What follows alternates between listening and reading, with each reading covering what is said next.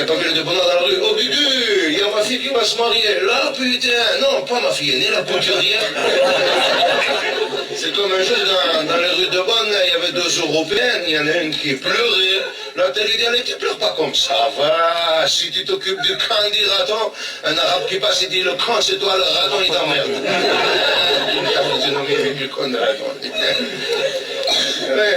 C'est comme un jour, comme ça, là, dans le désert, là, il y avait 2 arabes du désert habillés en arabe du désert, tu vois juste les yeux qu'on les voyait, le reste c'était tout du tissu, comme ça, hein. Et ils étaient en train de regarder un chameau du désert, tout niqué le chameau, tu vois, plein du sparadrap sur la gueule. Il y a un arabe qui dit à l'autre, c'est ma femme qui apprend à conduire. C'est la vérité. Ça me fait penser d'ailleurs, vous savez que tout dernièrement, c'était un arabe de la montagne, là, qui va dans une pharmacie à Bonn, et un arabe de la montagne, comme maintenant, vous n'en verrez plus jamais en Algérie, hein, c'est-à-dire avec la chécha sur la tête, la gandoura, et pas la mitraillette, quoi, tu vois, un arabe à papa, quoi. Cet arabe, il rentre dans la pharmacie, et il dit au pharmacien, Aral Gabardin. Le pharmacien, il dit quoi? Il dit, Aral Gabardin, bord le zop, Gabardin. Le pharmacien, il dit, tu veux dire un préservatif? Le préservatif, mandiche, préservatif, Aral Gabardin, bord le zop. Le pharmacien, il dit, merde, il sort un préservatif du papier, il dit, c'est ça que tu veux? Et l'arabe, il dit, Et il dit, Aral cachet d'aspirine. Le pharmacien, il donne un cachet d'aspirine, et l'arabe, il met le cachet dans le préservatif, et il avale tout. Et le pharmacien, il dit, mais qu'est-ce que tu fais? Tu es fou? Laisse-moi tranquille, c'est borniqué, Marguerite.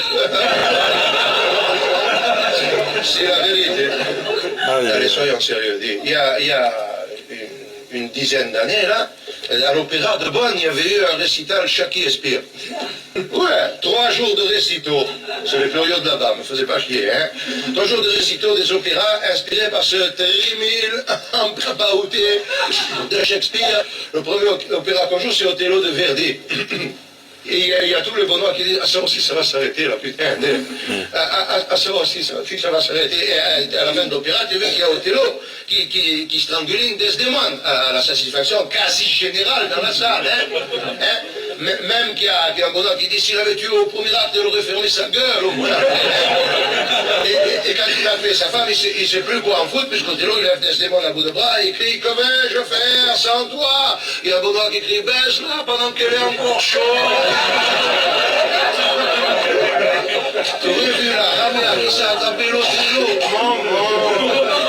c'était un Parisien, il sort de scène, il dit, mais c'est un scandale, positivement un scandale.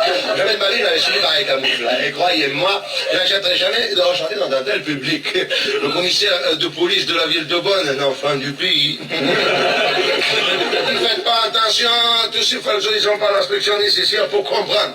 Ma parole d'honneur, si demain, un de ces enculés dit un seul gros mot, les couilles, moi-même, je me les coupe. Et l'acteur, il se laisse reconvenir, bien sûr, il arrivait tout petit, mais enfin, ça fait rien. Le lendemain, toujours de Shakespeare, on jouait Roméo et Juliette. Mais le commissaire, dans les coulisses, par un trou, regardait dans la salle, c'est des fois qu'il y aurait un spectateur qui jouerait à le con. Et il se disait, Dio, qu'est-ce qu'il y en a un qui joue à le con, le côté d'Amazonique, Jimmy, le mur, il est en renvers. Et dans la scène de l'église, vous connaissez Roméo et Juliette. Juliette se trouve seule sur la scène avec une rose à la main. Elle attend Roméo, vous savez qu'à l'opéra, il faut meubler, quoi. On va dire, on ne fait pas que du mille. Et alors, sa rose à la main, elle attaque, fleur, jolie petite fleur, qu'y a-t-il de plus joli que toi? Le commissaire, il se précipite sur la scène. Le premier enculé qui dit son cul, j'ai fous mon poing sur la gueule. Aïe, aïe, aïe. Mon Dieu. Et le cousin qui me dit, oh la René. Ah, regarde un peu celui-là là-bas, dis. Ah, regarde un peu, dis. Il a l'œil droit qui regarde le poisson en train de frire dans la poêle, pendant que l'œil gauche, il fait attention à le chat. Mais ouais, tu attrapes l'accent bonnois, tu ne le perds plus. Écoute, c'est le patron du café du commerce à Bonn, il avait beaucoup les pesetas, il envoie son fils faire les études à Paris, passer le baccalauréat, le droit et tout. Quand le fils il revient, il arrive, il dit, bonjour papa, comment ça va? Le père il dit, enfant de con que tu dis, comment? Je me signe les 4 veines pour que je te paye les études en France, passer le baccalauréat, le droit et tout, hein? Tu reviens, t'as pas perdu ce putain d'accent bonnois. Le fils il dit, tu me les gonfles pas, il dit, tu me laisses tranquille, hein? Je sais bien comme ça. ça, hein, pour passer un peu les vacances avant de faire le droit international à Cambridge, tu m'emmerdes pas, hein. Mon accent brunois, je me le garde, j'en suis fier, hein. Tu me laisses tranquille, hein. Le père, il dit, mordieu, comment le bœuf, il lui monte à la figure. Vous savez que là-bas, on a le sang-vif, on aime bien que nous baptiser le sang-vif aussi, hein. Et le fils, après avoir fait ses vacances, comme ça, va faire son droit international à Cambridge. Et au bout de 6 mois, le père, qui veut savoir comment son fils il travaille, il prend l'avion, il va à Cambridge, il va trouver le doyen de la faculté, qui bien qu'anglais, parlait très bien le français, comme toute universitaire. Le père arrive et dit, alors, monsieur le doyen, vous êtes content de mon fils? Et le doyen, il dit, comment qu'il apprend?